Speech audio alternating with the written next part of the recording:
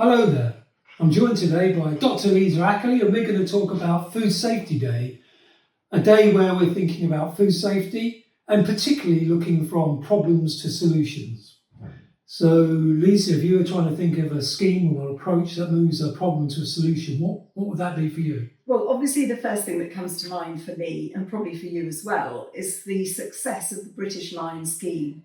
And that went from an immense problem in the 1980s, where there was a lot of salmonella associated with eggs, to the situation now where even the Food Standards Agency has said that we can consume, whether we're vulnerable or not, we can consume runny eggs or even raw eggs safely without risk of salmonella. That's a huge step. And of course, it isn't something that happened overnight. It's massive investment in the scheme, in the industry. And I think they need to be congratulated for coming up with this solution. Absolutely. They use the best science, the best veterinary medicine, the best farming knowledge. I mean, they just pulled everyone together to put the best brains behind it and come up with a scheme that is almost infallible. Yeah. And I think it is the most successful food safety scheme that I've seen, full stop, globally. It Absolutely. does what it's supposed to do. Absolutely. It's nailed the solution. But of course, we're not safe completely in the UK because although we've got the fantastic UK lion scheme, other eggs are coming into the country. So what are your thoughts on that? Yeah, I see it. We're importing 1 billion eggs from Europe and elsewhere, and they don't have the same regulatory standards. They don't have the same standards that are set by the British Lion scheme.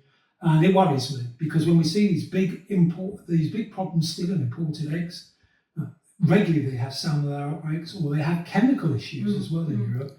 And to think those eggs are coming straight into this country causes me concern because the consumer probably thinks that all eggs are British Lion eggs, and unwillingly perhaps they're buying eggs or egg products from places which don't operate the same standards. Exactly, and in particular I think this is affecting hospitality because they're in a crisis at the moment financially. So the temptation to buy cheaper eggs must be there. And what they don't realise is that you have to treat those imported eggs in a totally different way. In the HACCP and the Food Safety Management System, you have to put in controls for salmonella, which the British Lion scheme has actually taken away the need for. So you've got to rewrite your Food Safety Management System. And of course, if you don't, you're exposing your customers to risk. So when I eat out, I always ask whether it's a lion egg, particularly if I'm taking my elderly mother and she wants a runny egg sandwich or soldiers and toast. I want to be reassured that what I'm being served is a lion egg.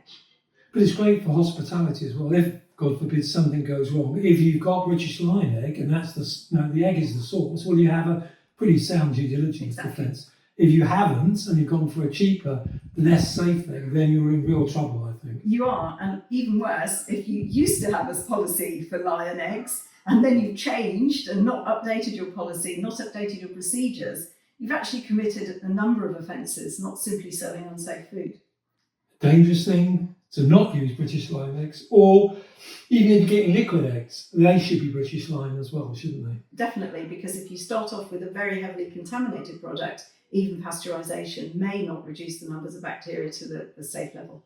And I suppose if the consumer's buying an egg from a retailer, they can make an informed choice. Oh, it's not British Lion, I don't want to take the risk.